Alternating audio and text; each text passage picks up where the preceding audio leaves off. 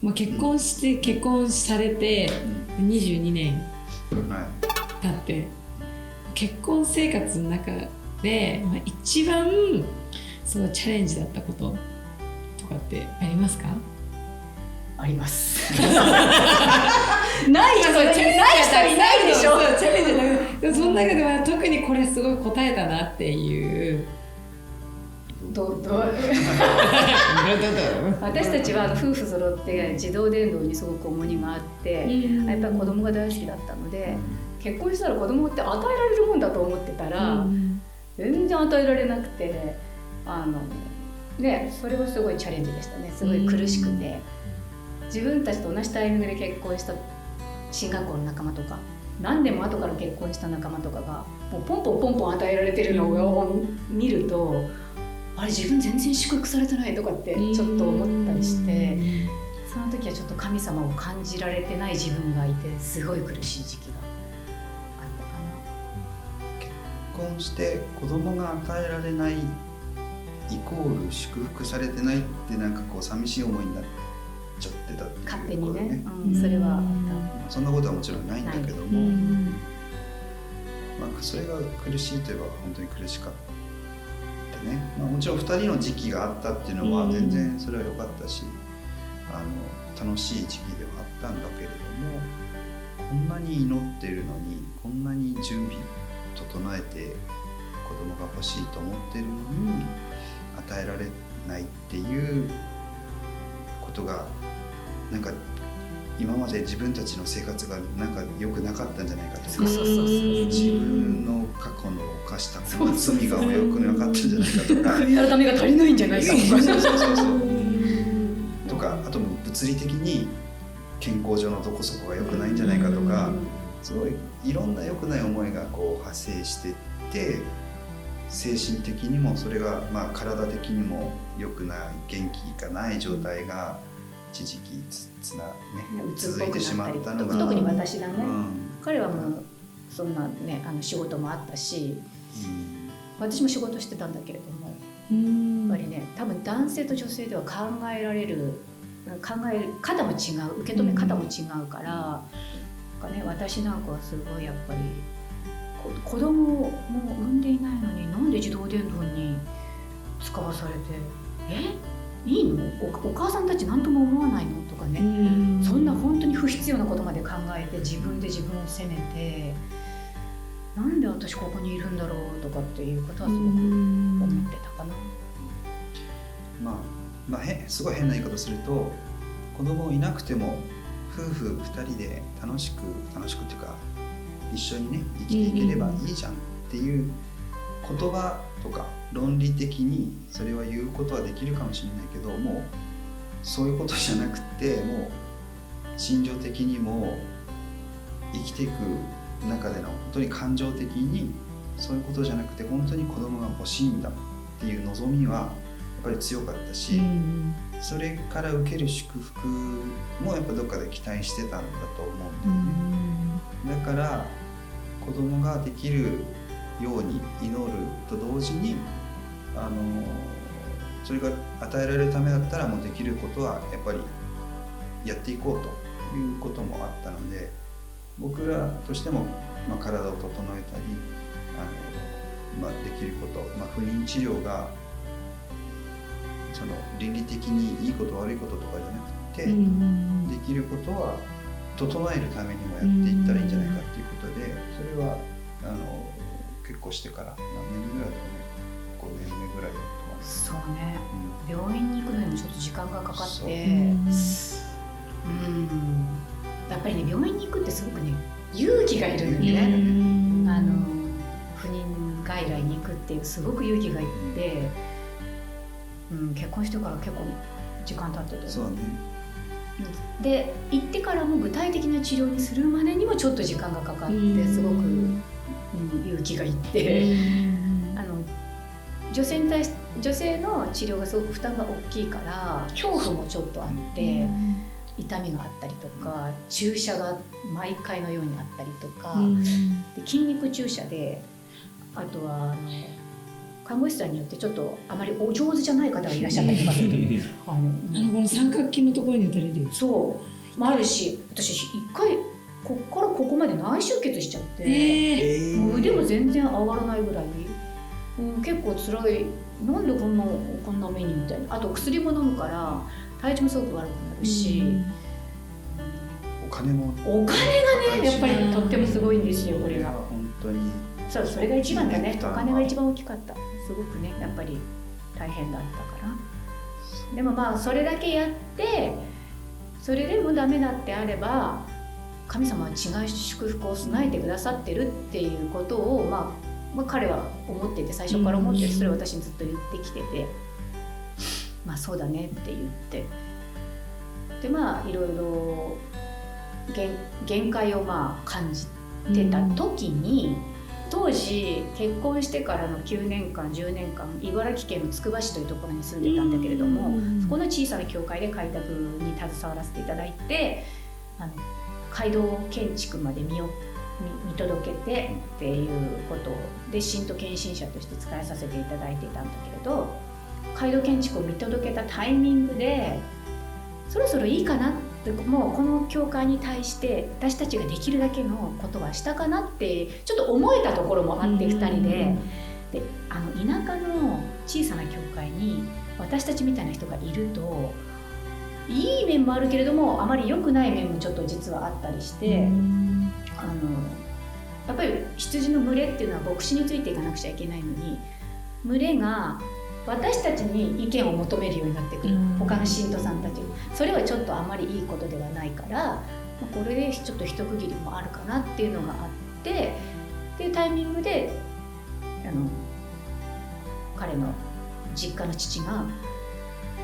一緒に住みたい、帰ってきてほしいなっていうちょっと帰ってきてコールがあって、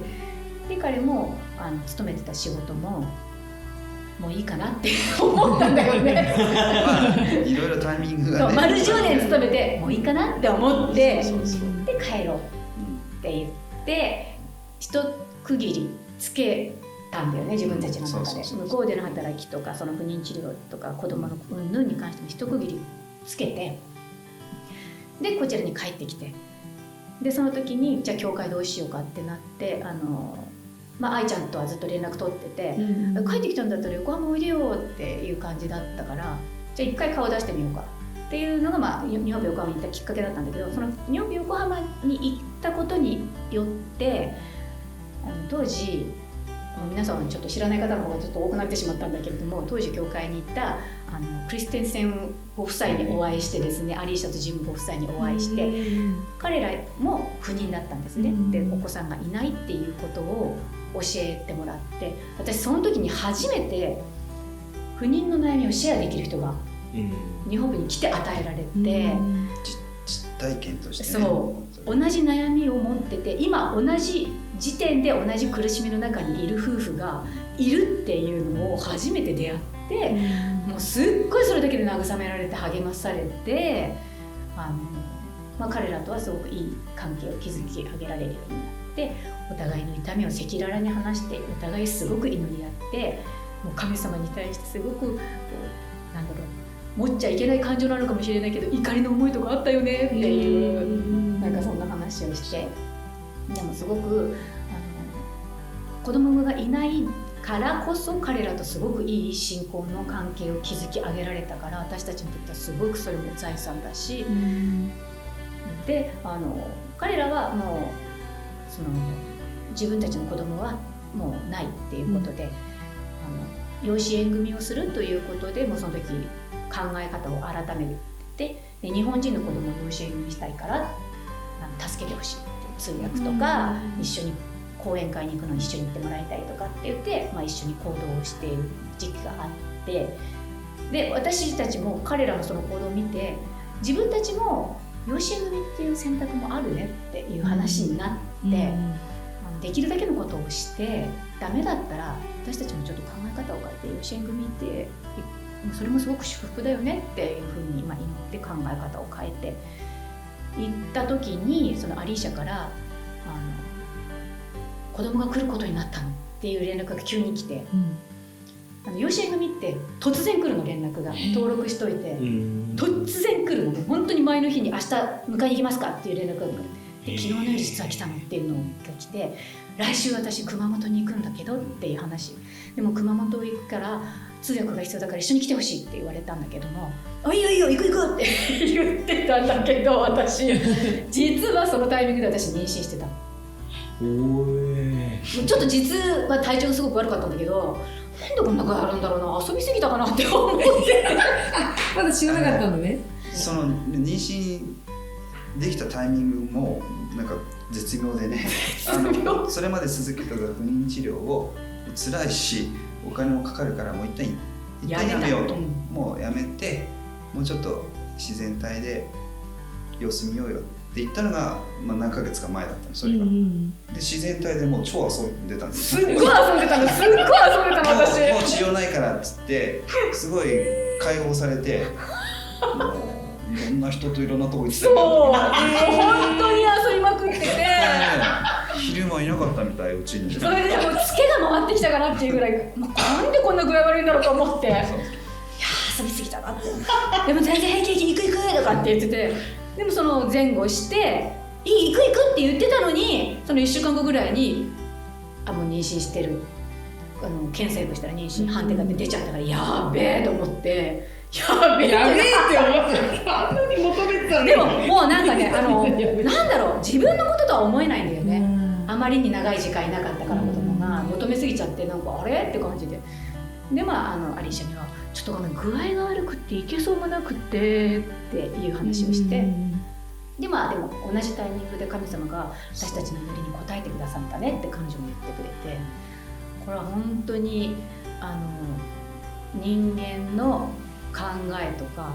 をもうはるかに超えたところで、もう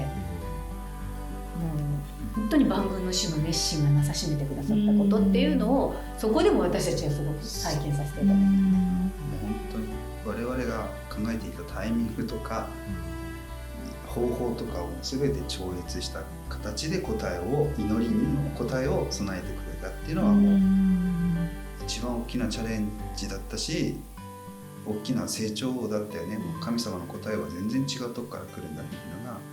僕らもそうだったし、ジムとアリーシャにもおそらくそうだったろうし、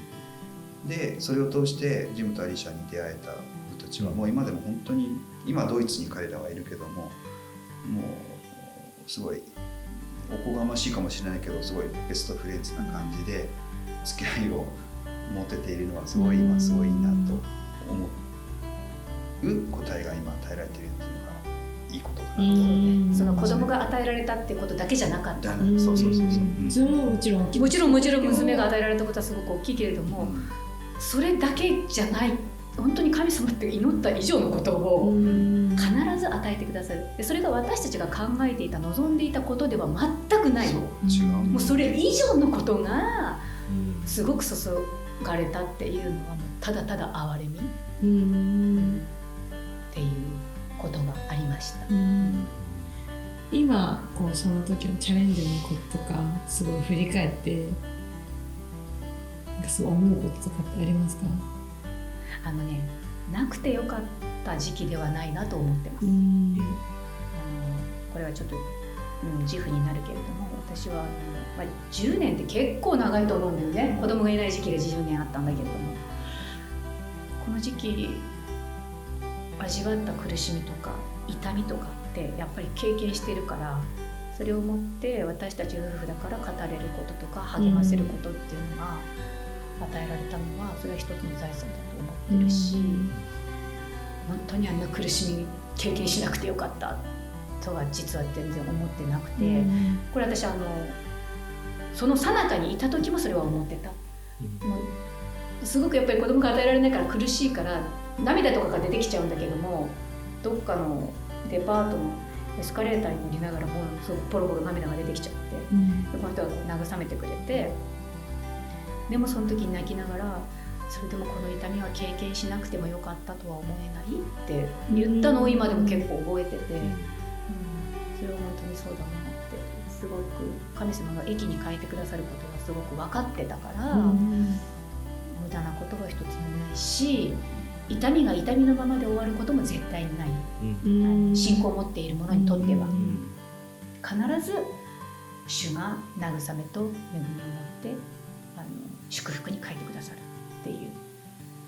まあすごくいい鍛錬の期間ではあった。それなしではやっぱり今の僕たちのなんて言うんだろう、生活もないし、今の味わってる幸せはもちろんなかったろうし、なんかもし同じような、別に子供が与えられないっていう悩みを持っているだけではなくて、夫婦としてどうやって歩んでいくかっていうのが、なんかこ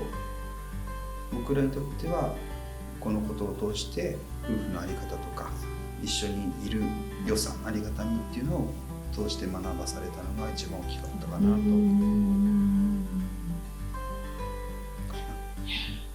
不妊治療とかがすごいこう世間的にもすごくそう認められてきてね、ここ数年でしょ。数年でね、こうすごいこう私も子供が将来欲しいなって思うからこそ、なんかその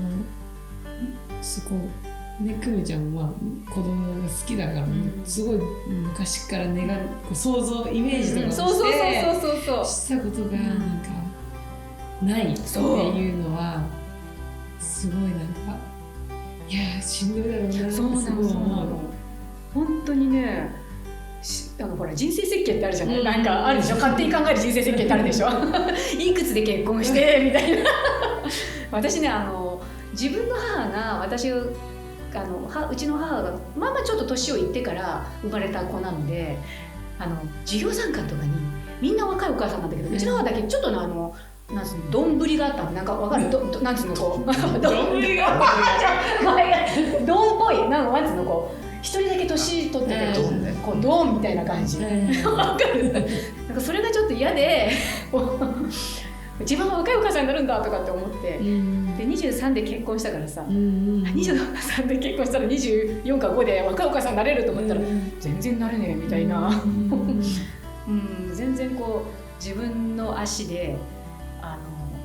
自分で決めて自分で歩くっていうことがこんなにままならないものなんだなっていうのは、それまでって多分家族から守られてるとか学校から守られてるとかある程度守られた社会で生きてきたんだけれども、ポンと出た時にとにかく自分の力ではどうにもならないことがあるっていうことが、しかもそれが自分の欲求だったりとかすると、打ちのめされるよね、本当に。もちろん会社なんかでも多分そう、うまくね仕事できると思って入ってみたら全然自分使い物にならなかったみたいな。もし結婚してすぐ子供ができて生まれていたら、それはそれで祝福だったかもしれないけども、今のようなこう関係を2人で築けてたかっていうとちょっと違うような気もするし、2人が一緒にいたかどうかも怪しくない。いたかな、いれるかな。いたでしょ。いるか。そうか。それはそれでね、楽しそうだけど。いやでも今ベストですって自信持って言えるのはやっぱ良かったよね。今コロナとかで私たちの力では到底もう何もできえないそういう状況で、経済的な問題だったりとか、コロナだけじゃなくて人生でたくさんそういうこともありますけど、なんか自分たちの力できないこう打ちのめされてる、希望がないってこう感じてる人がいたら、その励ましのメッセージがもしあれば。僕は中学校の時に絶望を味わってるでしょ、多分。その見てる方がどういう絶望を味わってるかわからないけども、この先もうどうしようもない不安がある。自分が何をやってももうダメなものはダメなんだってもし感じてしまう人がいるとしたら、でそれが自分がダメだからそうなっちゃってるんだ、自分が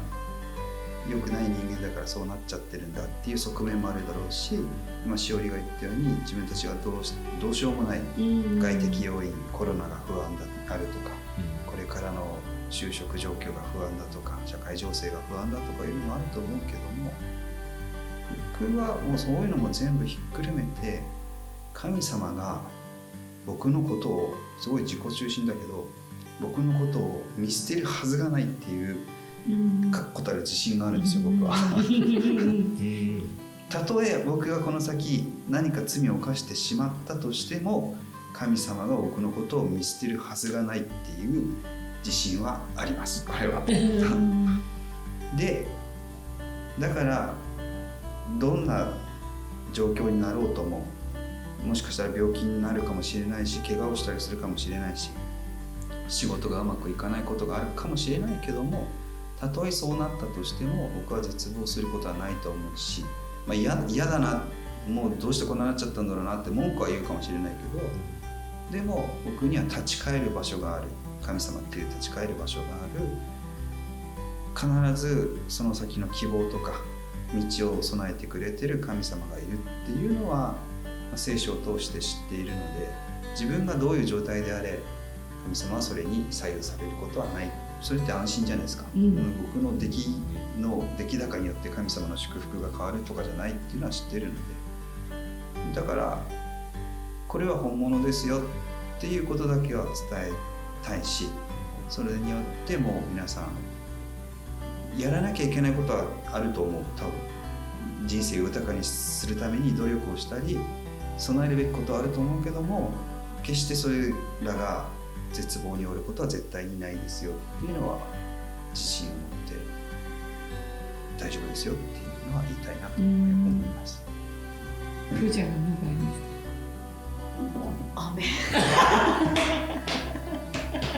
ちょっとね、心配になりがちな時も組はあるんですよ。不安になったりする時もあるし。明るいけどね。そうなのよ、明るいんだけど。心配性。ギャルだったの。ギャルだった。そう、ギャルだったの。ギャルだったのっていうのはちょっとね偏見かもしれないけど。そうよ、ギャルだって不安になるわよ。そうね。っていう時が多々あるんだけど、なんか言葉の人じゃないので僕が、うまい言葉で励ましたりすることはすごい苦手なんだけど、大丈夫だよしかいつも言わないんだけどそれはI mean it ってことで I know 本当だよとしか言えないから、大丈夫だよという励まししか皆さんにもなんかうまく言えないんだけど、神様は絶対我々を見捨てることはないよっていうことだけは伝えられるかなと思います。言葉の人じゃないって言ったけど、絶対見捨てるはずがないっていうことが僕自身にもすごくめちゃめちゃ励まされましたね。いや、そうですね。いや、泣きそう泣いたよね。そうだな。本当ですか。もうそろそろね終わりなんですけどね。お互いのね、どんなところが。ちょっとお互いの好きなところ。好きなところ。僕は最初にちょっと言ったけど、多分自分にないものをたくさん持ってるんですよね。明るくて元気で面白いしね、やっぱ一緒にいて、それが日常で味わえるっていうのは楽しいじゃないですか。毎日曜日の話じゃなくて日常でね一緒に入れるのはすごい僕は楽しいなと。まあもう皆さんご存知だと思うけど、この人はやっぱりすごく優しいし、ね、優しいって大事。男の人優しいって超大事。大事じゃない？大事だと思う。ね、絶対一番。絶対。なんかわかんないけど、超レディーファーストなの。今そうでもないか。今過去形。そんなことないの。あれおかしいな。いやでもすごく私ファーストで考えてくれるから、それはすごく感謝で。私は気をつけなきゃいけないのはその上にあぐらをかかないようにとは思ってるけども、でも書き続けてきちゃった。宿題やらされてきたしね。でも大事、優しいですし、やっぱりこうやって信仰面において確固たる確信、神様に対して確固たる確信があるっていう人がそばにいるのは私にとってすごく大きいです。いつもしっかりしてって大丈夫なんだからって言われるから、そうやって言ってくれる人がいるのはすごくありがたい、そこもすごくやっぱり多分本能的に惹かれたのかもしれない全然ねキャラクターが違うから性格は全然違う、よかったです。結婚したくなったしたくなった。いいでしょ、結婚いいよね。もしかしたら今日の今回のね5月分の放送を見た人たちがね急にケーブル巻き始めるかもしれない急にケーブル巻き始めて急に優しくなるみんな片付けるでも宿題ある宿題やってあげるよ英語やってあげる逆に女性の方はなんか宿題やってくれる男性はこれやってくれるってやってくれてたらこの人ありかもしれないということで、本日は、大川夫妻が、来てくださって、たくさん励まされましたね、なんかどんなことがあっても大丈夫だったなってすごい、私自身もめっちゃ思わされたし、決して見捨てない方がねいてくださる、それは私たちにもそしてみんなにもそれが対象であるっていうのが本当に希望だなって思ってありがとうございました。ありがとうございました。ありがとうございます。はい、ということで今回はねとても励まされた大川夫妻の証の皆さんのふとした瞬間の励ましになればと本当に願って祈っています。それではまた次回の放送でお会いしましょう。God bless you! バイバイ。もうちょいちょっと声張ってよ。バイバイ。頭真っ白だし